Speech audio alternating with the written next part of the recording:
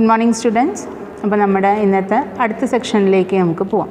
So ഈ ഒരു സെക്ഷനോട് കൂടിയിട്ട് തന്നെ നമ്മുടെ ഈ ചാപ്റ്റർ ഇവിടെ അവസാനിക്കുകയും ചെയ്യും കേട്ടോ. അപ്പോൾ ഇതിൽ ഇനി നമുക്കുള്ളത് ഇമെയിൽ എറ്റിക്വറ്റിൽ ഇനി നമുക്ക് ശ്രദ്ധിക്കേണ്ട കാര്യങ്ങളാണ്. കുറച്ച് ഡൂസ് ആൻഡ് ഡോൺസ് എല്ലായിടത്തും ഉണ്ടാവും. ഏത് ഓർഗനൈസേഷനിലും നമുക്ക് കുറച്ച് ഡൂസ് ആൻഡ് ഡോൺസ് നമുക്ക് ഉണ്ടായിരിക്കും. ഓക്കെ, അപ്പോൾ എന്താണ് ഡൂസും ഡോൺസും ആയിട്ട് വരുന്നത്? അപ്പോൾ എന്തൊക്കെ ശ്രദ്ധിക്കേണ്ട കാര്യങ്ങൾ, എന്തൊക്കെയാണ് ശ്രദ്ധിക്കാത്ത കാര്യങ്ങൾ, ഡൂസും ഡോൺസാണ് ഇതിൽ വരുന്നത്. Okay, so first thing do's എന്തൊക്കെയാണ് നമുക്ക് കൺസിഡർ ചെയ്യേണ്ട കാര്യങ്ങൾ. What we have to give more importance while we are composing an email. Be concise and to the point. ഞാൻ എപ്പോഴും പറയാറുള്ളതാണ്, നമ്മളൊരു കാര്യം പറയാൻ ഉദ്ദേശിക്കുന്നുണ്ടെങ്കിൽ give more importance to the information and very precisely തന്നെ നമ്മൾ എന്താണ് പറയാൻ ഉദ്ദേശിക്കുന്ന കാര്യം എന്നുള്ളത് വ്യക്തമാക്കുക. സോ ഇത് എങ്ങനെയായിരിക്കണം, ഒരു ഇമെയിൽ കൺസ്ട്രക്ട് ചെയ്യുമ്പോൾ എങ്ങനെയായിരിക്കണം? സബ്ജക്റ്റ് എന്ന് പറയുമ്പോൾ ഏതാ കൊടുക്കേണ്ടതെന്ന് പറഞ്ഞത് ന്യൂസ് പേപ്പർ കട്ടിങ്സ് പോലെയാണ്, അല്ലെങ്കിൽ ന്യൂസ് പേപ്പർ വായിക്കുന്ന പോലെ ആയിരിക്കണം.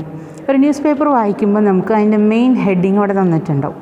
എന്താണ് അതിന് താഴെ പറയുന്ന ഇൻഫർമേഷനിൽ അവർ പറയാൻ ഉദ്ദേശിക്കുന്ന കാര്യങ്ങൾ എന്നുള്ളത്.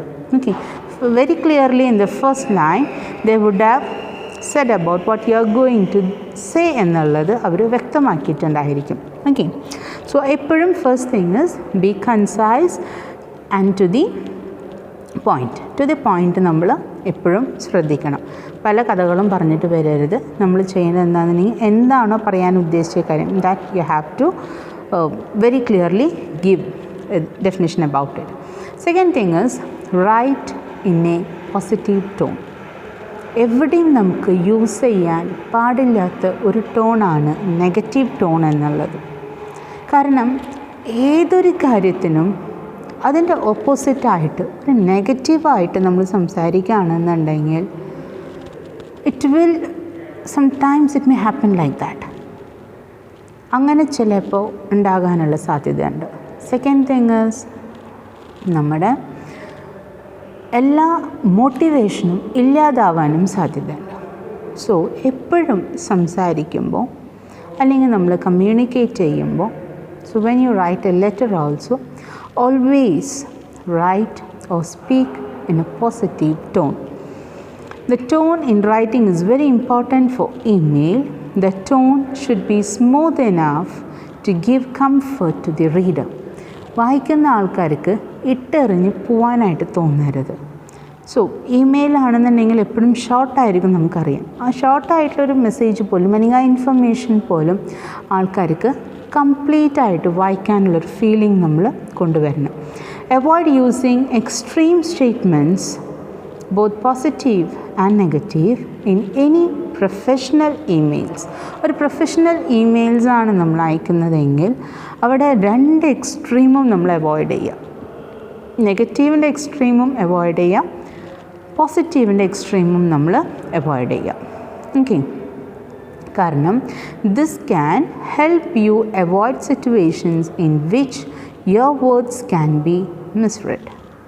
അപ്പോൾ ചില സിറ്റുവേഷൻസിൽ നമ്മൾ എക്സ്ട്രീം പോസിറ്റീവ് എക്സ്ട്രീമിലേക്കും അതേപോലെ നെഗറ്റീവ് എക്സ്ട്രീമിലേക്കും പോവുകയാണെന്നുണ്ടെങ്കിൽ ദാറ്റ് ഈസ് ഒരു നമ്മൾ അയച്ച ഇൻഫർമേഷൻ, നമ്മൾ എഴുതിയ കമ്മ്യൂണിക്കേഷൻ എന്ന് പറയുന്നത് ചിലപ്പോൾ മിസ്റീഡ് ചെയ്യാനുള്ള സാധ്യതകളുണ്ട്. അപ്പോൾ അത് കാരണമാണ് രണ്ട് എക്സ്ട്രീമും അവർ ഒഴിവാക്കാനായിട്ട് പറയുന്നത്. എന്നാൽ അതിൽ എക്സ്ട്രീമുകളെ ഒഴിവാക്കാൻ പാടുള്ളൂ, പക്ഷേ പോസിറ്റീവ് ടോണിലായിരിക്കണം. റീഡേഴ്സിനെ എപ്പോഴും ഒരു കംഫർട്ട് സോണിൽ നിൽക്കാവുന്ന രീതിയിലായിരിക്കണം നമ്മുടെ ഇൻഫർമേഷൻ എന്ന് പറയുന്നത്. And then address all the questions of concerns to avoid delays. അപ്പോൾ an email reply must answer all questions, which will not only save senders and recipients time but also the readers will be impressed with efficient service. നമ്മൾ എന്താണോ റിപ്ലൈയിൽ പ്രതീക്ഷിക്കുന്നത്, അപ്പോൾ അതിന് പ്രിസൈസായിട്ടുള്ള എന്താണ് ചോദിക്കാൻ ഉദ്ദേശിച്ച കാര്യങ്ങൾ അത് വളരെ വ്യക്തമായിട്ട് നമ്മൾ ചോദിക്കുക. അപ്പോഴാണ് റീഡേഴ്സ് അത് വായിച്ച് അവർ നമുക്കത് റിപ്ലൈ തരുമ്പോൾ വളരെ ക്ലിയർ ആയിട്ട് തരാനായിട്ട് പറ്റുള്ളൂ. Next is write about single subject. a single subject need to be included in one email. Once that is done, a second message can send for other subject. അപ്പം നമ്മൾ ഒരു കാര്യത്തിന് വേണ്ടിയിട്ട് ഒരു ഇമെയിൽ യൂസ് ചെയ്യുക, പല കാര്യത്തിന് വേണ്ടിയിട്ട് ഒരു ഇമെയിൽ യൂസ് ചെയ്ത് കഴിഞ്ഞാൽ അത് മൊത്തത്തിലൊരു കൺഫ്യൂഷനാണ് ക്രിയേറ്റ് ചെയ്യുക. So for every subject create one email എന്നുള്ള രീതിയിൽ നമ്മൾ ചെയ്യാം. If you write about multiple things with multiple request, it is likely that your email won't be read or acted on. അപ്പോൾ മൾട്ടിപ്പിൾ തിങ്സാണ് നമ്മൾ അവരിൽ നിന്ന് ആവശ്യപ്പെടുന്നത്, അതല്ലാന്നുണ്ടെങ്കിൽ മൾട്ടിപ്പിൾ സെൻറ്റേഴ്സിലേക്കാണ് നമ്മൾ അയക്കുന്നത് എന്നുണ്ടെങ്കിൽ ഈ പറയുന്ന കാര്യങ്ങളെല്ലാം ഒരു കൺഫ്യൂഷൻ ക്രിയേറ്റ് ചെയ്യാനായിട്ടുള്ള സാധ്യതകളുണ്ട്. അപ്പോൾ അത് കാരണമാണ് പറയുന്നത് ഒരു സിംഗിൾ സബ്ജക്റ്റിന് ഒരു ഇമെയിൽ എന്ന രീതിയിൽ നമ്മൾ ക്രിയേറ്റ് ചെയ്യാനായിട്ട് നോക്കുക. പല സബ്ജക്റ്റുകളും ഒരു സിംഗിൾ ഇമെയിലിൽ ഇൻക്ലൂഡ് ചെയ്ത് കഴിഞ്ഞാൽ പല കൺഫ്യൂഷൻസ് അത് ക്രിയേറ്റ് ചെയ്യും. Next one is use proper spelling, grammar and punctuation. അപ്പോൾ എഴുതുമ്പോൾ നമുക്ക് പറയുമ്പോൾ നമുക്ക് സ്പീച്ചിലായിട്ട് നമുക്ക് സ്പീച്ച് ആണെന്നുണ്ടെങ്കിൽ നമുക്ക് എന്തെങ്കിലും പറയും, ടോണിൽ വ്യത്യാസങ്ങൾ വരുത്താം, നമുക്ക് പോസ് ചെയ്യാം സംസാരിക്കുമ്പോൾ. അങ്ങനെ നമുക്ക് എവിടെയാണോ അതിൻ്റെ സ്ട്രെസ്സ് കൊടുക്കേണ്ടത് അവിടെ കൊടുക്കാം, എവിടെയാണോ സോഫ്റ്റായിട്ട് പറയേണ്ടത് നിങ്ങൾ അങ്ങനെ പറയാം, എവിടെയാണോ നമ്മൾ ശബ്ദം ഉയർത്തി പറയേണ്ടത് അങ്ങനെ പറയാനായിട്ട് സാധിക്കും. പക്ഷേ ലെറ്ററിലും നമുക്ക് ഈ പറയുന്ന കാര്യങ്ങളൊക്കെ കൊണ്ടുവരാനായിട്ട് സാധിക്കും. When you use the full stop or the commas wherever you are using and how far you are using it. അപ്പോൾ അവിടെ നമുക്ക് പോസ് ചെയ്യാനും വായിക്കാനും ഇംപ്രഷൻസ് കൊണ്ടുവരാനും ഒക്കെ നമുക്ക് സാധിക്കും. സോ ഈ സ്പെല്ലിങ്ങും ഗ്രാമറും പങ്ക്ച്വേഷൻസും കറക്റ്റായിരിക്കണം. Proper spelling, grammar and punctuation give a good impression about the company. It is also important for conveying the message properly. അപ്പോൾ ഒരു കമ്പനി കൃത്യമായിട്ട് ഫോം ചെയ്ത് മെസ്സേജ് ചെയ്തിട്ടുണ്ട് അല്ലെങ്കിൽ ഒരു ഇമെയിൽ അയച്ചിട്ടുണ്ട്, വളരെ വ്യക്തമായിട്ട് നമുക്ക് കാര്യങ്ങളൊക്കെ മനസ്സിലാക്കാനായിട്ട് പറ്റും. കാരണം കോമ ഇടേണ്ട സ്ഥലത്ത് നമ്മൾ കോമ ഇട്ടിട്ടുണ്ട്, പങ്ക്ച്വേഷൻ മാർക്സോ അതല്ലാന്നുണ്ടെങ്കിൽ ഫുൾ സ്റ്റോപ്പോ എന്താണ് യൂസ് ചെയ്യേണ്ടതെന്നുണ്ടെങ്കിൽ അതൊക്കെ നമ്മൾ യൂസ് ചെയ്ത് കറക്റ്റായിട്ട് ആ മെസ്സേജിന് കൊടുക്കേണ്ട ഇമ്പോർട്ടൻസ് നമ്മൾ കൊടുത്തിട്ടുണ്ടെങ്കിൽ അത് വായിക്കുന്നവർക്കും അത് വളരെ കംഫർട്ടായിട്ടും അതേപോലെ തന്നെ എഴുതിയ ആൾ ഉദ്ദേശിച്ച രീതിയിൽ തന്നെ റീഡേഴ്സിലേക്ക് എത്തിച്ചേരാനും നമുക്ക് സാധിക്കും. And then read the email message before send it. നമ്മൾ ലാസ്റ്റ് കൺക്ലൂഡ് ചെയ്ത പോയിൻ്റ് അതിലാണ് അല്ലേ. കഴിഞ്ഞ ക്ലാസ്സിൽ നമ്മൾ കൺക്ലൂഡ് ചെയ്ത് എന്താണ്, നമ്മൾ സിഗ്നേച്ചേഴ്സും അതിന് മുമ്പായിട്ട് നമ്മൾ ഒന്നും കൂടി ജസ്റ്റ് സെൻഡ് എന്ന് പറഞ്ഞ ബട്ടൺ ഞെക്കുന്നതിനേക്കാളും മുമ്പ് just go through once again. ഏതെങ്കിലും രീതിയിലുള്ള ഗ്രാമർ മിസ്റ്റേക്സ് ഉണ്ടോ, സ്പെല്ലിംഗ് മിസ്റ്റേക്സ് ഉണ്ടോ? കാരണം ഒരു മെസ്സേജിനെ ഇൻഎഫക്റ്റീവ് ആക്കാൻ, ഒരു മെസ്സേജിനെ കാണാതെ പോവാൻ, വായിക്കാതെ പോവാൻ പല റീസൺസ് നമ്മളായിട്ട് ക്രിയേറ്റ് ചെയ്യാനായിട്ട് പറ്റില്ല. So everywhere, even if you R sending A small text message also, read it once again and check whether you have any mistakes, because when it is wrongly sent, it will create a very bad impression on you. ഇതുപോലും അറിയാത്ത ആളാണോ ഇത് അയക്കണേ, അല്ലെങ്കിൽ ഇതുപോലും അറിയാത്തൊരു കമ്പനിയാണോ ഇത്, ഇങ്ങനെയാണോ കമ്പനിയിൽ നിന്ന് ഒരു ലെറ്റർ വരുമ്പോൾ അതിൽ അവർ ചെയ്യേണ്ട കുറച്ച് കാര്യങ്ങളൊക്കെ അതൊന്ന് കൺസിഡർ ചെയ്യാണ്ടാണോ ചെയ്യുന്നത് എന്നുള്ള രീതിയിലായിരിക്കും നമുക്കതിൽ പറയാം. ഓക്കെ, സോ അത് കാരണം ബിഫോർ സെൻഡ് എന്നുള്ളൊരു ഓപ്ഷന് മുമ്പ് ഒന്നും കൂടിയും നമ്മൾ എഴുതിയിട്ടുള്ള ലെറ്റേഴ്സ് നമ്മൾ വായിച്ചു നോക്കുക എന്നുള്ളതാണ്. Next is provide all supporting information. So this will help the recipient complete an action or respond successfully. അപ്പോൾ നമ്മുടെ ഇൻഫർമേഷൻ്റെ കൂടെ എന്തെങ്കിലും സപ്പോർട്ടിംഗ് ഡോക്യുമെൻറ്റ്സോ സപ്പോർട്ടിംഗ് ഇൻഫർമേഷൻസോ കൊടുക്കാനുണ്ടെങ്കിൽ നമുക്ക് അതും കൂടി ഇതിൻ്റെ കൂടെ അറ്റാച്ച് ചെയ്യാവുന്നതാണ്. Keep language gender neutral. Apart from using him or her, we can also use the neutral gender. നമ്മൾ ഹിം ഓർ ഹർ എന്ന് യൂസ് ചെയ്യുന്നതിനേക്കാളും നല്ലത് ന്യൂട്രൽ ജെൻഡർ വേണമെന്നുണ്ടെങ്കിൽ യൂസ് ചെയ്യാവുന്നതാണ്. Use active instead of passive. കഴിഞ്ഞു പോയ കാര്യങ്ങൾ അല്ലെങ്കിൽ പാസീവ് വളരെ സൈലൻ്റ് ആയിട്ടുള്ള കാര്യങ്ങളല്ലാണ്ട് നമ്മൾ ആക്റ്റീവായിട്ടുള്ള കാര്യങ്ങൾ നമുക്കിപ്പോൾ വർക്ക് ചെയ്യാൻ ഇപ്പോൾ ചെയ്യാനായിട്ട് നമുക്ക് തോന്നുന്ന രീതിയിലുള്ള കാര്യങ്ങളായിരിക്കണം. Try to use active voice of a verb wherever possible. For instance we will process your order today. നമ്മൾ ഇന്ന് ചെയ്യും, ഇപ്പോൾ ചെയ്യും. So we are ready to receive it. So നമ്മൾ ആക്ഷൻ എടുക്കാൻ പോവാണ്. സോ നിങ്ങളുടെ ഓർഡർ കിട്ടിക്കഴിഞ്ഞാൽ നമുക്കതിപ്പോൾ തന്നെ പ്രോസസ്സ് ചെയ്യാവുന്നതാണ്. So we are always ready for a move. You are always ready for an action എന്നുള്ളതായിരിക്കണം നമ്മുടെ മെസ്സേജിൽ വരുന്നത്. And then is avoid using urgent and important. അപ്പോൾ പരമാവധി നമ്മൾ അവോയ്ഡ് ചെയ്യേണ്ട കാര്യങ്ങളാണ്. Even more so than the high priority option you must at all time try to avoid these types of words in an email or subject line even if the matter requires urgent action. എത്ര urgent ആയാലും urgent action ആയാലും അല്ലെങ്കിൽ എത്ര important ആയാലും നമ്മൾ ഈ urgent അതല്ല എന്നുണ്ടെങ്കിൽ ഇമ്പോർട്ടൻ്റ് എന്നുള്ള വാക്ക് നമുക്ക് അവിടെ ഒഴിവാക്കായിരിക്കും നല്ലത്. കാരണം നിങ്ങൾ എഴുതുന്ന രീതിയിൽ തന്നെ അതിൻ്റെ പ്രയോറിറ്റി അവർക്ക് വായിക്കുന്ന ആൾക്കാർക്ക് അത് മനസ്സിലാവും. Use proper structure and layout. A short paragraph and blank lines between each paragraph. When making points, number them or mark each point as separate to keep the overview. അപ്പോൾ ഓവറോൾ ആയിട്ട് നമ്മളൊരു email കാണുമ്പോൾ അതിൽ paragraph ഉണ്ട് അല്ലെങ്കിൽ points ഉണ്ട്. ഇതെല്ലാം കൂടി അവിയൽ പരുവത്തിൽ ഒരൊറ്റ പാരഗ്രാഫായിട്ട് എഴുതി കഴിഞ്ഞാൽ വായിക്കുന്ന ആൾക്ക് തലയും മനസ്സിലാവില്ല, വാലും മനസ്സിലാവില്ല, എന്താണ് കണ്ടൻറ് എന്നുള്ളത് പോലും മനസ്സിലാവില്ല. സോ ആദ്യം ഒരു എന്ത് കാര്യത്തിനെ കുറിച്ചിട്ടാണോ അതിനെക്കുറിച്ചിട്ടുള്ള ഒരു ബ്രീഫിംഗ്, അതിനെക്കുറിച്ചിട്ടുള്ള പോയിൻറ്റ്സ്, അതിനെക്കുറിച്ചുള്ള നമ്മൾ എന്താണോ വി ആർ എക്സ്പെക്റ്റിംഗ് ആ കാര്യങ്ങളും കൂടി അങ്ങനെ ഒരു 3 പാരഗ്രാഫിലായിട്ട് നമുക്ക് ഒതുക്കാൻ പറ്റുമെങ്കിൽ അങ്ങനെ ഒതുക്കാം.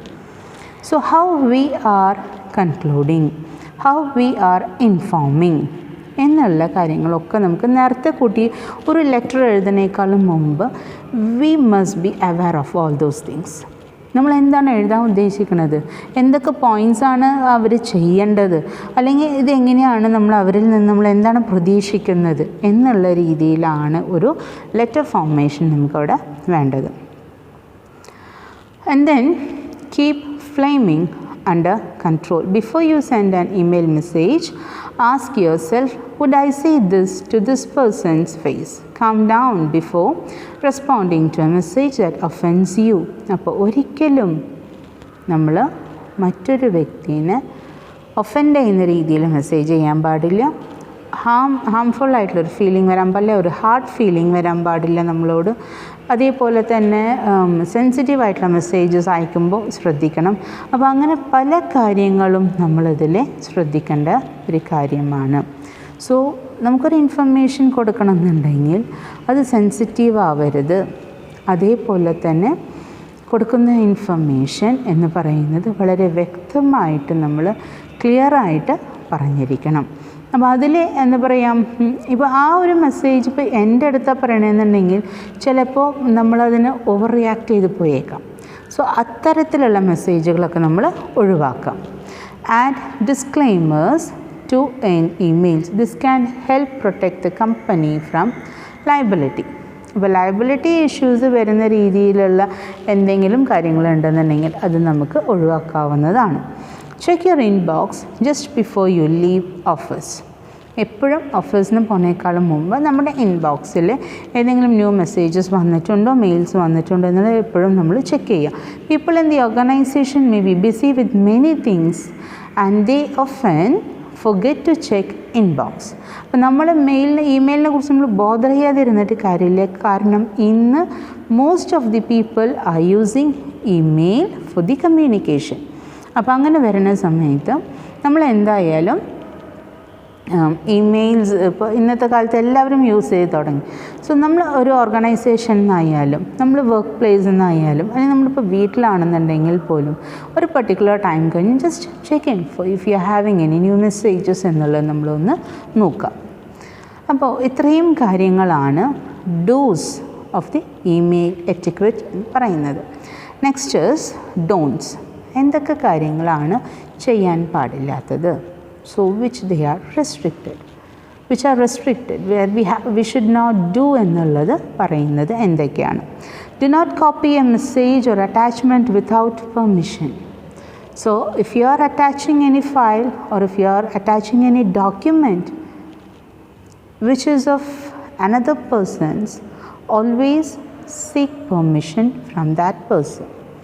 നമ്മൾ ഏതെങ്കിലും ഒരു വ്യക്തിയുടെ ഏതെങ്കിലും ഒരു ഫയലോ ഡോക്യുമെൻറ്റോ അറ്റാച്ച് ചെയ്യാൻ ഉദ്ദേശിക്കുന്നുണ്ടെങ്കിൽ ആ വ്യക്തിയുടെ അടുത്ത് ആദ്യം പെർമിഷൻ ചോദിച്ചിട്ട് നമ്മൾ ചെയ്യാം. Do not use email to discuss confidential information. As I have told you earlier, that is nothing is confident here. So most probably നമ്മൾ എന്ത് ചെയ്യാണ്, കോൺഫിഡൻഷ്യൽ ഇൻഫർമേഷൻ പരമാവധി ഇമെയിലായിട്ട് അയക്കാതിരിക്കുക. Never respond if you are upset.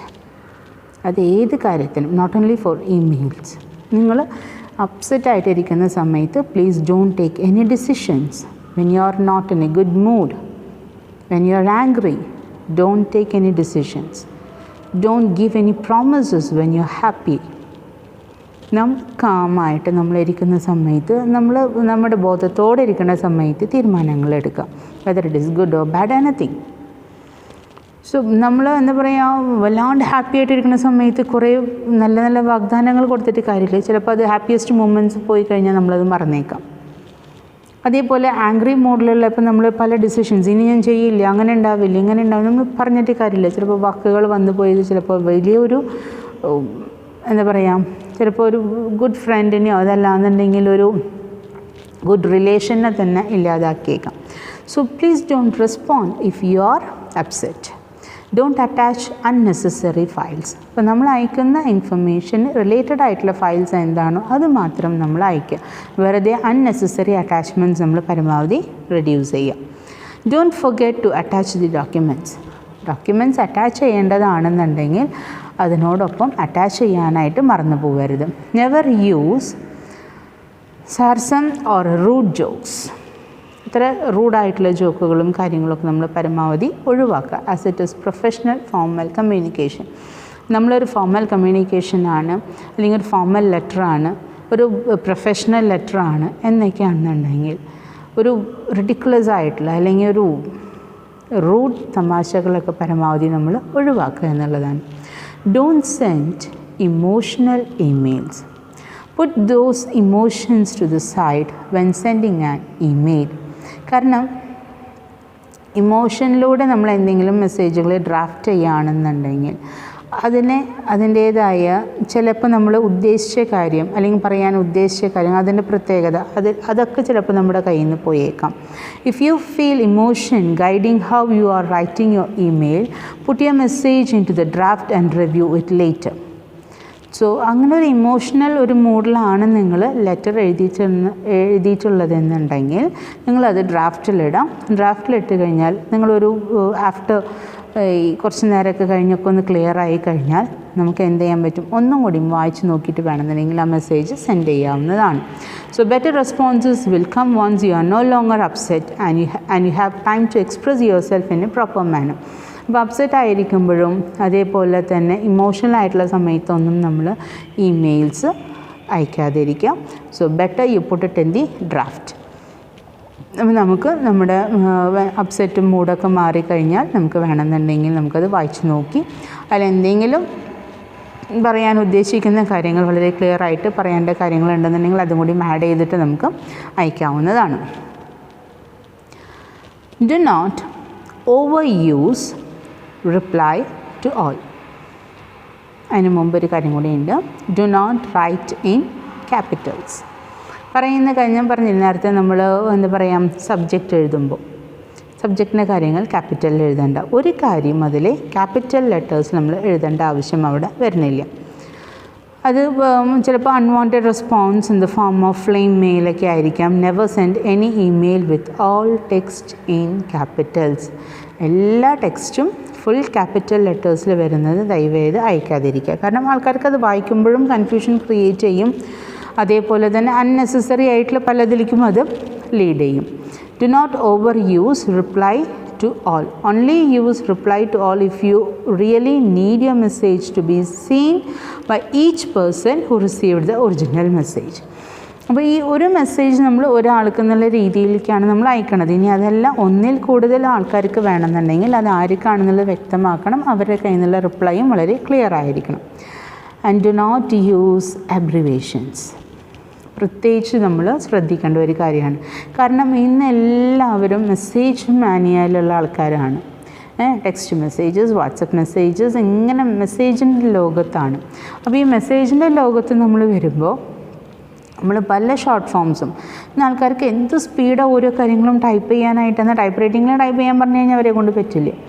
പക്ഷേ നമ്മൾ ഫോണിൽ type ചെയ്യുന്ന ആൾക്കാർ ഇത്ര നമ്പർ ഓഫ് വേർഡ്സ് ഇത്ര മിനിറ്റ്സിൽ ടൈപ്പ് ചെയ്യുന്ന ആൾക്കാരുണ്ട്. Because they were frequently using it. Okay, അപ്പോൾ ഇങ്ങനെ യൂസ് ചെയ്യുമ്പോൾ പലരും ഈ ഷോർട്ട് മെസ്സേജസ് SMS-ലായാലും നമ്മുടെ വാട്സപ്പ് മെസ്സേജസിലായാലും they use to use abbreviations for that. Okay, abbreviations എന്ന് പറയുമ്പോൾ പ്ലീസ് PLZ അവസാനിപ്പിക്കും. ഓക്കെ, ബിറ്റ്വീൻ BW നമ്മൾ മനസ്സിലാക്കിയെടുക്കണം. സോ ഈ അബ്രിവേഷൻസ് യൂസ് ചെയ്ത് പരിചയമുള്ള ആൾക്കാരാണെന്നുണ്ടെങ്കിൽ they will use the same thing in the emails which other peoples cannot follow. So always don't use any abbreviations. Okay, abbreviations പരമാവധി യൂസ് ചെയ്യാതിരിക്കുക. അതേപോലെ ഇമോഷൻസിനും അബ്രിവേഷൻസ് യൂസ് ചെയ്യാറുണ്ട്. അതും നമുക്ക് ഒഴിവാക്കാവുന്നതാണ്. So in whatever form it may be, ഇമോഷനായാലും happy ആയാലും എന്തായാലും അതൊക്കെ മാറ്റി വെച്ചിട്ട് express in words, not in the abbreviations. അപ്പോൾ ഇതൊക്കെയാണ് നമ്മുടെ ഡൂസ് ആൻഡ് ഡോൺസ് എന്ന് പറയുന്നത്. ഇനി നമ്മുടെ ചാപ്റ്ററിൻ്റെ അവസാനത്തെ ഭാഗത്തേക്കാണ് പോണത്, ടെക്നിക്കൽ ഡോക്യുമെൻറ്റേഷൻ. അപ്പോൾ ഒരു ടെക്നിക്കൽ ഡോക്യുമെൻറ്റേഷൻ ക്രിയേറ്റ് ചെയ്യുമ്പോൾ അല്ലെങ്കിൽ കമ്പോസ് ചെയ്യുമ്പോൾ ടെക്നിക്കലായിട്ടുള്ള കാര്യങ്ങളെന്ന് പറയുമ്പോൾ അതിന് കുറച്ചും കൂടിയും ഗൗരവം വന്നു. അപ്പോൾ ടെക്നിക്കൽ എന്ന് പറയുമ്പോൾ ടെക്നിക്കലി സ്പീക്കിംഗ് ചാർട്ടുകളായിരിക്കാം, ഗ്രാഫുകളായിരിക്കാം, അല്ലെങ്കിൽ സ്റ്റാറ്റിസ്റ്റിക്കൽ ടൂൾസുകളായിരിക്കാം, something or other which we are using for representation. അതിനെയാണ് നമ്മൾ ടെക്നിക്കൽ ഡോക്യുമെൻറ്റേഷൻ എന്ന് പറയുന്നത്. Technical documents are more than just user documents. User ഡോക്യുമെൻറ്റ്സിനേക്കാളും കൂടുതലാണ്. എന്താണ് അതിൻ്റെ ഇമ്പോർട്ടൻസ് എന്താണ്? They present specific information and know how needed to develop, produce, maintain or use a form of technology. ഏതെങ്കിലും ഒരു രീതിയിലുള്ള ടെക്നോളജി അതിൽ യൂസ് ചെയ്തിട്ടുണ്ടായിരിക്കും. ടെക്നിക്കൽ ഡോക്യുമെൻറ്റേഷനിൽ മോഡൽസ് ഉണ്ടായിരിക്കാം, പ്രോട്ടോടൈപ്സ് ഉണ്ടായിരിക്കാം, ഡ്രോയിങ്സ് ഉണ്ടായിരിക്കാം, സ്കെച്ചുകൾ ഉണ്ടായിരിക്കാം, ഡയഗ്രാം ഉണ്ടായിരിക്കാം, ബ്ലൂ പ്രിൻറ്റ്സ് ഉണ്ടായിരിക്കാം. ഇങ്ങനെ ഏത് രീതിയിൽ വേണമെന്നുണ്ടെങ്കിലും ടെക്നിക്കൽ ഡോക്യുമെൻറ്റ് അറ്റാച്ച് ചെയ്തിട്ടുണ്ടായിരിക്കാം. ടെക്നിക്കൽ ഡോക്യുമെൻറ്റ്സ് പ്രസൻറ്റേഷനിൽ യൂസ് ചെയ്തിട്ടുണ്ടായിരിക്കാം. അപ്പോൾ അതുകൊണ്ടാണ് ഇതിന് ടെക്നിക്കൽ ഡോക്യുമെൻറ്റേഷൻ എന്ന് നമ്മൾ പറയണത്. ഇനി എന്തൊക്കെയാണ് ടൈപ്സ് ഓഫ് ടെക്നിക്കൽ ഡോക്യുമെൻറ്റ്സ് എന്നുള്ളതാണ്. ക്യാഷ് ഫ്ലോ പ്രൊജക്ഷൻസ് ആയിരിക്കാം, ഇൻവെസ്റ്റ്മെൻറ്റ് അനാലിസിസ് ആയിരിക്കാം, ലീസസ്, ഏജൻറ്റ് കോൺട്രാക്റ്റുകളായിരിക്കാം, സ്റ്റാഫ് നീഡ് ഫോർകാസ്റ്റിനെ കുറിച്ചിട്ടുള്ളതായിരിക്കാം, മാർക്കറ്റിംഗ് റിസർച്ച് സ്റ്റാറ്റിസ്റ്റിക്സ് ആയിരിക്കാം, ആനുവൽ ജനറൽ റിപ്പോർട്ട്സ് ആയിരിക്കാം. സോ ഇതൊക്കെ നമുക്ക് എന്താണ്? ടെക്നിക്കൽ ഡോക്യുമെൻറ്റേഷൻ ആണ്. സോ ടൈപ്സ് ഓഫ് ഡോക്യുമെൻറ്റ്സ് ആണ് നമുക്കിനി അടുത്തത്. ഡിസ്ക്രിപ്ഷൻ ഉണ്ട്, ഇൻസ്റ്റലേഷൻ ഉണ്ട്, കോൺഫിഗറേഷൻ ഉണ്ട്, യൂസർ മാനുവൽ ഉണ്ട്, and last one system reference ഉണ്ട്. So technical writers prepare documents for different types of users. Technical writers document prepare ചെയ്യുന്നത് അവരെ ടൈപ്പ് ഓഫ് യൂസേഴ്സിനെ ബേസ് ചെയ്തിട്ടാണ്. There are 5 types of user documents. ഇതിൽ പറയുന്നത് 5 type of user document ആണ്. ഒന്ന് description document. അതിലെന്തൊക്കെയാണ് വരുന്നത്? This document should offer a detailed overview of the software. The end users should be able to decide whether this is the software they are looking for after going through the introductory manual. അപ്പോൾ ഈ description document എന്ന് പറയുന്നത് ഒരു കാര്യത്തിനെ കുറിച്ചിട്ടുള്ള complete ഡിസ്ക്രിപ്ഷനാണ്. അവർക്ക് നമ്മൾ provide ചെയ്യുന്ന പ്രോഡക്റ്റ് എന്താണ്, നമ്മൾ അവർക്ക് കൊടുക്കുന്ന സർവീസസ് എന്താണ്, യൂസർ മാനുവലിനെ ബേസ് ചെയ്തിട്ട് നമ്മൾ കൊടുക്കുന്ന ഇൻഫർമേഷൻ, അതിനെയാണ് നമ്മൾ ഡിസ്ക്രിപ്ഷൻ ഡോക്യുമെൻ്റ് എന്ന് പറയുന്നത്.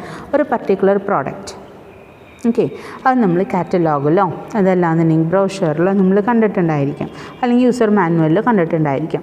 അതിനെ ബേസ് ചെയ്തിട്ടുള്ള കാര്യങ്ങളാണ്, ആ പർട്ടിക്കുലർ പ്രോഡക്റ്റിനെ കുറിച്ചിട്ടുള്ള ഡിസ്ക്രിപ്ഷനാണ് നമ്മൾ ഡിസ്ക്രിപ്ഷൻ ഡോക്യുമെൻറ്റിൽ കൊടുക്കുന്നത്. Second one is installation. The system installation document is meant for the system administration.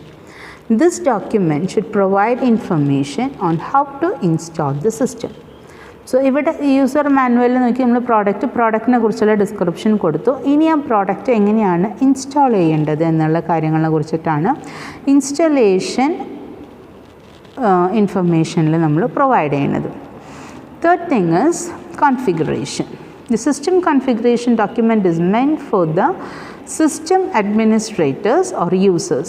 This document provides information on how to configure the system or the software for end use.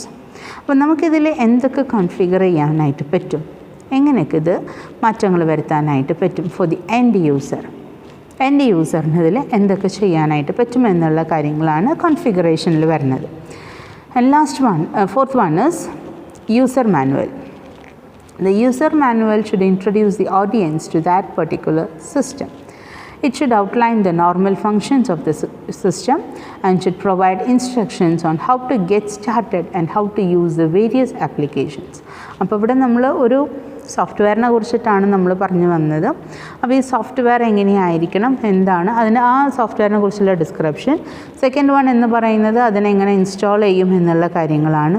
മൂന്നാമത്തേത് അതിനെ വെച്ച് ആ ഒരു software use ചെയ്ത് നമുക്ക് എന്തൊക്കെ configuration നമുക്ക് വരുത്താനായിട്ട് പറ്റും, എൻ്റെ യൂസറിനെ എന്തൊക്കെ ചെയ്യാനായിട്ട് പറ്റും. ഇനി നമ്മൾ യൂസർ മാനുവലിൽ ഒരു യൂസറിനെ മനസ്സിലാക്കാവുന്ന രീതിയിൽ അതിൻ്റെ നോർമലായിട്ട് ഫങ്ഷൻസും കാര്യങ്ങളൊക്കെ നമ്മൾ എക്സ്പ്ലെയിൻ ചെയ്ത് കൊടുക്കുക എന്നുള്ളതാണ്.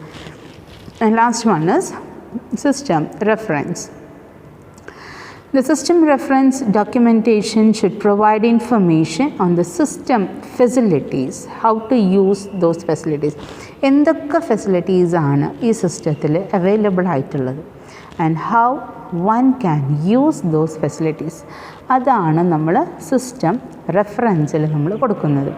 അപ്പോൾ ഒരു ഡോക്യുമെൻറ്റ് പ്രിപ്പയർ ചെയ്യുമ്പോൾ, ഒരു ഡോക്യുമെൻറ്റേഷൻ പ്രിപ്പയർ ചെയ്യുമ്പോൾ നമ്മൾ ടെക്നിക്കലായിട്ടുള്ള ഡോക്യുമെൻ്റ് എന്ന് പറയുമ്പോൾ അതിൽ എന്തൊക്കെയാണ് കൺസിഡർ ചെയ്യേണ്ടത്, എന്തൊക്കെയാണ് ശ്രദ്ധിക്കേണ്ട കാര്യങ്ങൾ. ചിലപ്പോൾ പിക്ചർ കൊടുക്കേണ്ടി വരും, ചിലപ്പോൾ അതിനെ റിലേറ്റ് ചെയ്തിട്ടുള്ള കാര്യങ്ങൾ കൊടുക്കേണ്ടി വരും. അതിൻ്റെ ഫങ്ഷൻ കീസ് എന്തൊക്കെയാണ്, എങ്ങനെയാണ് അത് ഇൻസ്റ്റാൾ ചെയ്യുക, എങ്ങനെയാണ് അത് വർക്ക് ചെയ്യണത്, അപ്പോൾ അതിനെ റിലേറ്റ് ചെയ്തിട്ടുള്ള കാര്യങ്ങളൊക്കെ നമുക്കതിൽ കൊടുക്കേണ്ടി വരും. സോ അതാണ് ടൈപ്സ് ഓഫ് ഡോക്യുമെൻറ്റ്സിൽ പറയുന്നത്. Next one is standards. Standards എന്ന് പറയുമ്പോൾ standards are essential for producing good documentation. They provide guidelines on what content to include the writing style and the format of the document. ഇവിടെ വരുന്നത് എന്തൊക്കെയാണെന്നുണ്ടെങ്കിൽ സ്റ്റാൻഡേർഡ്സിനെ base ചെയ്തിട്ടാണ്. So in which way you are explaining the use of the product, എങ്ങനെ ഉപയോഗിക്കാം, എങ്ങനെ നമുക്കത് ഈ കാര്യങ്ങൾ ചെയ്യാം, എങ്ങനെ ആ കാര്യങ്ങൾ ചെയ്യാനായിട്ട് പറ്റും എന്നുള്ള നമ്മൾ കൊടുക്കുന്ന ഡിസ്ക്രിപ്ഷൻ, നമ്മൾ കൊടുക്കുന്ന ഇൻസ്ട്രക്ഷൻസ്, ഇതൊക്കെയാണ് നമുക്കതിൽ അതിന് വേണ്ടിയിട്ട് നമ്മൾ യൂസ് ചെയ്യുന്ന നമ്മുടെ style, writing സ്റ്റൈലായിരിക്കാം, format സ്റ്റൈലായിരിക്കാം.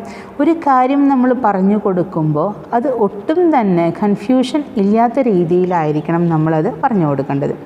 Good technical documentation is written and structured within a framework of specific standards. ചില സ്പെസിഫിക് സ്റ്റാൻഡേർഡ്സ് യൂസ് ചെയ്തിട്ട് ചില രീതിയിലായിരിക്കും അത് ഓരോരുത്തരും എക്സ്പ്ലെയിൻ ചെയ്തിട്ട് പോയിട്ടുണ്ടായിരിക്കാം. ഓക്കെ, അപ്പോൾ ഇതിൽ നമുക്ക് അതിൻ്റെ ഫിഗറും റിലേറ്റ് ചെയ്തിട്ടുള്ള കാര്യങ്ങളൊക്കെ പേജ് നമ്പർ 38 അവർ തന്നിട്ടുണ്ട്. Figure 1 below illustrates how standards are an essential starting point for creating technical documentation. Standards എന്ന് പറയുന്നത് what a document should provide, എന്താണ് ഒരു ഡോക്യുമെൻറ്റ് പ്രൊവൈഡ് ചെയ്യേണ്ട കാര്യം, what terminology should be used, how the documentation should be presented and laid out, എങ്ങനെയൊക്കെയാണിത് present ചെയ്യേണ്ടത്, എങ്ങനെയാണിത് final outlook എങ്ങനെ ഉണ്ടായിരിക്കും എന്നുള്ള കാര്യങ്ങളൊക്കെയാണ്. അപ്പോൾ the standards that apply to the documentation will vary depending on industry, organization and even in the particular project. അപ്പോൾ ഓരോ പ്രോജക്റ്റിനെ ബേസ് ചെയ്തിട്ട്, ഓരോ ഇൻഡസ്ട്രീനെ ബേസ് ചെയ്തിട്ട്, ഓരോ ഓർഗനൈസേഷനെ ബേസ് ചെയ്തിട്ടോ നമുക്ക് ഇതിൽ മാറ്റങ്ങൾ ഉണ്ടാവാറുണ്ട്. അപ്പോൾ എന്തൊക്കെയാണ് ഇതിൽ യൂസ് ചെയ്യണത്? ഒന്ന് standards, internal, industry, delivery, design എന്ന് പറയുമ്പോൾ അതിലുള്ള media type, layout, information architecture, document templates, style guides, feedback mechanisms എന്നുള്ള കാര്യങ്ങൾ. ഇനി പ്രൊഡക്ഷൻ ആണെന്നുണ്ടെങ്കിൽ writing, content creation, review, editorial, sign off എന്ന് പറയുമ്പോൾ നമ്മൾ എങ്ങനെയാണ് നമ്മളത് അവസാനിപ്പിക്കുന്നത്, sign off for publishing and digital deployment എന്നുള്ള കാര്യങ്ങൾ, gather requirements, interview, check list, workshops and use other cases എന്തെങ്കിലുണ്ടെങ്കിൽ അത്. അപ്പോൾ എങ്ങനെയാണ് നമ്മൾ ഓരോ ഇൻഡസ്ട്രീനെ ഡിപ്പെൻഡ് ചെയ്ത്, ഓരോ ഓർഗനൈസേഷനെ അല്ലെങ്കിൽ ഓരോ പ്രൊജക്റ്റിനെ ബേസ് ചെയ്തിട്ടാണ് നമ്മൾ സ്റ്റാൻഡേർഡ്സ് സെറ്റ് ചെയ്യുന്നത്. Okay, so now we move on with the industry standards. Industry standards are generally adopted by organisations. എന്തിനു വേണ്ടിയിട്ടാണ്? ഡോക്യുമെൻറ്റേഷന് വേണ്ടിയിട്ട്, ഗുഡ് ക്വാളിറ്റി ഡോക്യുമെൻറ്റേഷന് വേണ്ടിയിട്ടാണ് industry standards are generally adopted എന്ന് പറയുന്നത്. ഓർഗനൈസേഷൻസ് എപ്പോഴും അഡോപ്റ്റ് ചെയ്യുന്നത് ഇൻഡസ്ട്രി സ്റ്റാൻഡേർഡ്സ് ആണ്. For example, an organization usually has clear policies on such things as the layout, typography, color and style to be used in any of its documents. ചില organisations ഉണ്ട്, അവർ ഏത് ഡോക്യുമെൻസിലായാലും colour mixed ആയിരിക്കും. ഈ കളറേ use ചെയ്യാൻ പാടുള്ളൂ, അല്ലെങ്കിൽ ഇന്ന ഫോണ്ടേ യൂസ് ചെയ്യാൻ പാടുള്ളൂ എന്നുള്ളതൊക്കെ. അപ്പോൾ ഓരോ സ്റ്റാൻഡേർഡ്സും സെറ്റ് ചെയ്യുന്നത് ഓരോ ഓർഗനൈസേഷനെ ബേസ് ചെയ്തിട്ടാണ്, ഓരോ പ്രൊജക്റ്റിനെ ബേസ് ചെയ്തിട്ടാണ്. ഓക്കെ, അപ്പോൾ ചിലർ എഴുതുമ്പോൾ ആ കളർ കോമ്പിനേഷൻ തന്നെയാണ്. ഇപ്പോൾ നിങ്ങൾ ഫോർ എക്സാമ്പിൾ ഒരു പരസ്യങ്ങൾ എടുക്കണം, അഡ്വർടൈസ്മെൻറ്റ്സ് അല്ല, വെരി ഐക്കോണിക് ആയിട്ടുള്ള അഡ്വർടൈസ്മെൻറ്റ്സ് ആണ് നമ്മളിന്ന് ടി വിയിലും അതർ മീഡിയാസിലൊക്കെ നമ്മൾ കാണുന്നത്. ഓക്കെ, അപ്പോൾ അതിൽ എല്ലാത്തിനും ഒരു കളർ കോമ്പിനേഷൻ ഉണ്ട്. അപ്പോൾ ഈ കളർ കോമ്പിനേഷൻ അവരെപ്പോൾ പരസ്യം ഉണ്ടാക്കിയാലും ഇതവർ മെയിൻറ്റെയിൻ ചെയ്യാനായിട്ട് മറക്കില്ല. അപ്പോൾ അതിൽ ഇൻവോൾവ് ചെയ്യുന്ന ക്യാരക്ടേഴ്സ്, ആ അഡ്വർടൈസ്മെൻറ്റ്സിൽ പങ്കെടുക്കുന്ന അല്ലെങ്കിൽ അഭിനയിക്കുന്ന ക്യാരക്ടേഴ്സ് ഉണ്ട്. ആ ക്യാരക്ടേഴ്സ് പോലും ആ ടൈപ്പ് ഓഫ് ഡ്രസ് കോഡുകളെ അവരും യൂസ് ചെയ്യുള്ളൂ.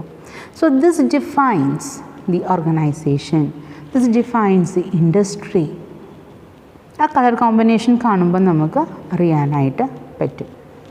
ഇപ്പം ഞാൻ പറയുമ്പോൾ നിങ്ങൾക്ക് ചില കാര്യങ്ങൾ നിങ്ങൾക്ക് ഓർമ്മയിൽ വരുന്നുണ്ടാവും. ഇപ്പോൾ ബ്രൂ, അവിടെ ഗ്രീൻ യെല്ലോ കോമ്പിനേഷൻ കൊണ്ടുവരും. Okay, Lifebuoy white and red combination കൊണ്ടുവരും. സൺലൈറ്റ് യെല്ലോ ബ്രൈറ്റ് ലൈറ്റിൻ്റെ കോമ്പിനേഷൻ വരും. സോ നമ്മൾ ചില കാര്യങ്ങൾ നമ്മൾ ആൾക്കാരിലേക്ക് നമ്മൾ പ്രസൻറ്റ് ചെയ്യുമ്പോൾ sometimes they follow some standards. ആ സ്റ്റാൻഡേർഡ്സ് തന്നെയാണ് ആ കമ്പനീനെ ഡിഫൈൻ ചെയ്യുന്നത്. Two groups of specific standards that relate to the design and production of technical documentation are the Austrian standards for editing practice produced by the Institute of Professional Editors, formerly the Council of Australian Societies of Editors, and the World Wide Web Consortium on Screen Accessibility Guidelines. So documentation പല standards നമ്മൾ കൊടുക്കുന്നുണ്ട്. Standards of documentation എന്തൊക്കെ വേണം while in documentation. First thing is clarity. Good technical documentation clearly conveys its subject matters without errors or ambiguity. ഒരു confusion create ചെയ്യാതെ എന്താണ് പറയാൻ ഉദ്ദേശിച്ച കാര്യം it will be made very clear. Second one is always they use a very simple language. ജനങ്ങളിലേക്ക് എത്തണം എന്നുണ്ടെങ്കിൽ plain simple language use ചെയ്യണം. While specialist terms are necessary, plain English takes technical writing easier to read and glossaries can help explain terms. Unexplained or overused jargon is a common fault of technical writing. Technical റൈറ്റിങ്ങിൽ നമ്മൾ പരമാവധി അധികം use ചെയ്യാത്ത words നമ്മളതിൽ include ചെയ്യുകയാണെന്നുണ്ടെങ്കിൽ അത് പെട്ടെന്ന് ആൾക്കാർക്ക് മനസ്സിലാക്കിയെടുക്കാനായിട്ടുള്ള ബുദ്ധിമുട്ടുണ്ടാവും. Avoid jargons. Many technicians understandably develop the bad habit of using overly specialist terms or jargon that no one else understands. എഴുതുന്ന വ്യക്തിക്ക് മാത്രമേ മനസ്സിലാവുള്ളൂ, വായിക്കുന്ന വ്യക്തിക്ക് മനസ്സിലാവില്ല. അപ്പോൾ അങ്ങനത്തെ ചില ഫ്രേസുകൾ അല്ലെങ്കിൽ അങ്ങനത്തെ ചില വേർഡ്സ് നമ്മൾ യൂസ് ചെയ്യും. Please avoid it. And then indexing. A well-planned and written technical reference will have chunks of information. The information will be well mapped and indexed. അപ്പോൾ നമുക്ക് പലയിടത്തുനിന്നും നമുക്ക് ഇൻഫർമേഷൻ കിട്ടിയിട്ടുണ്ട്. അപ്പോൾ എവിടെ നിന്നാണ്, എങ്ങനെയാണ്, എന്താണെന്നുള്ളത് വളരെ വ്യക്തമായിട്ട് നമ്മൾ ആ ഫാക്റ്റിലേക്ക് നമ്മൾ എത്താം. ഇനി ആട്രിബ്യൂട്ട്സ് ഓഫ് ഗുഡ് ഡോക്യുമെൻറ്റേഷൻ. ഒരു ഗുഡ് ഡോക്യുമെൻറ്റേഷന് വേണ്ട കാര്യങ്ങൾ: content listings, stated purpose, navigation tools, accuracy, accessibility, and then clarity, coherent, concise, complete and comprehensive, and last one is consistent. അപ്പോൾ ഇത്രയും കാര്യങ്ങളാണ് നമുക്ക് ആട്രിബ്യൂട്ട്സിൽ വരുന്നത്. കണ്ടൻറ്റ് ലിസ്റ്റിങ്ങിൽ എന്തൊക്കെയാണ് നമ്മുടെ ഡോക്യുമെൻറ്റ്സ്, എന്തൊക്കെയാണ് അതിൽ വേണ്ടത് എന്നുള്ള കാര്യങ്ങളാണ് കണ്ടൻറ്റ് ലിസ്റ്റിങ്സിൽ വരുന്നത്. And then is stated purpose ആണ്. If the purpose of the items is provided, a user can quickly start accessing what they need എന്നുള്ളതാണ്. അപ്പോൾ നമ്മൾ പറയാൻ ഉദ്ദേശിച്ച കാര്യങ്ങൾ എന്താണെന്നുണ്ടെങ്കിൽ അത് പെട്ടെന്ന് തന്നെ അവർക്ക് എക്സ്പ്ലെയിൻ ചെയ്ത് എടുക്കാനായിട്ട് പറ്റും. And then is navigation tools. Navigation ടൂൾസിൽ വരുന്നത് colour coding, table of contents, dividers, drop down menus, icons, നമ്മളതിൽ യൂസ് ചെയ്യുന്ന കളർ കോമ്പിനേഷൻ, നമ്മളതിൽ യൂസ് ചെയ്യുന്ന ഫോണ്ടുകൾ, ഡ്രോപ്പ് ബോക്സ് ഉണ്ടെന്നുണ്ടെങ്കിൽ നമ്മൾ ന്യൂസ് പേപ്പറിൽ എഴുതുന്ന സമയത്ത് ചിലപ്പോൾ ഈ ഫസ്റ്റ് ലെറ്റർ ഒരു പാരഗ്രാഫ് ഉണ്ടെന്നുണ്ടെങ്കിൽ പാരഗ്രാഫിൻ്റെ ഒരു 4-5 ലൈനിലേക്ക് ഫസ്റ്റ് വേർഡിൻ്റെ first letter will drop out. Okay, അപ്പോൾ അങ്ങനെ വേണം നമ്മുടെ സ്റ്റൈൽ, നമ്മുടെ ഫോണ്ട്, ഈ കാര്യങ്ങളൊക്കെ യൂസ് ചെയ്യണത്. അത് കാണുമ്പോൾ തന്നെ നമുക്കറിയാം ഇത് ഇന്ന കമ്പനിയുടെയാണ് അല്ലെങ്കിൽ ഇന്ന പ്രൊജക്റ്റിൻ്റെ ആണെന്നുള്ളത് നമുക്ക് റിലേറ്റ് ചെയ്ത് അറിയാനായിട്ട് പറ്റും. Next is accuracy. നമ്മൾ കൊടുക്കുന്ന information should be right information. Accessibility, എവിടെ നിന്ന് വേണമെന്നുണ്ടെങ്കിലും it should include headings, sub headings. എങ്ങനെയൊക്കെയാണ് നമ്മളൊരു ഫോർമൽ ഇതിലേക്ക് നീങ്ങുമ്പോൾ അതിലേക്ക് എന്തൊക്കെ വേണം. ഒരു സ്ട്രക്ചറിലേക്ക് വരുമ്പോൾ ഇറ്റ് ഷുഡ് ഇൻക്ലൂഡ് ഹെഡിങ്സ് ഉണ്ടായിരിക്കണം, സബ് ഹെഡിങ്സ് ഉണ്ടായിരിക്കണം, ഇൻഡെക്സസ് ഉണ്ടായിരിക്കണം, ടേബിൾ ഓഫ് കണ്ടൻറ്റ്സ് എക്സെട്ര. ഈ കാര്യങ്ങളൊക്കെ നമുക്കതിൽ ഉണ്ടായിരിക്കണം. And then is clarity. ഒരിക്കലും വായിക്കുന്ന ആൾക്കാർക്ക് നമ്മൾ കൊടുക്കുന്ന ഇൻഫർമേഷൻ ആംബിഗസ് ആവരുത്. എവിടെ നിന്നാണ്, എന്താണ്, എങ്ങനെയാണ്, പല രീതിയിലുള്ള ഒരു മിസ്റെപ്രസെൻറ്റേഷൻ, ഒരു മിസ്ലീഡിങ് ആയിട്ട് രീതിയിൽ പോകാനായിട്ട് പാടില്ല. Coherent. It should cohere through the logical association of all the parts to each other. ഒരു കാര്യം പറഞ്ഞു പിന്നെ വേറൊരു കാര്യം പറഞ്ഞു, രണ്ട് കാര്യങ്ങളും തമ്മിൽ പരസ്പരം ബന്ധമില്ലാത്ത കാര്യങ്ങളാവരുത്. So in each paragraph or each line or the whatever you are giving it should be cohere with another. And then is concise. It should be concise, and in that it should contain only relevant information. Concise ആയിരിക്കണം, brief ആയിരിക്കണം, കൊടുക്കുന്നത് relevant information മാത്രമായിരിക്കണം. Complete and comprehensive. It should be complete. All aspects of the aim have been addressed. എല്ലാ ഇതിലേക്കും നമ്മൾ എത്തിയിട്ടുണ്ടോ.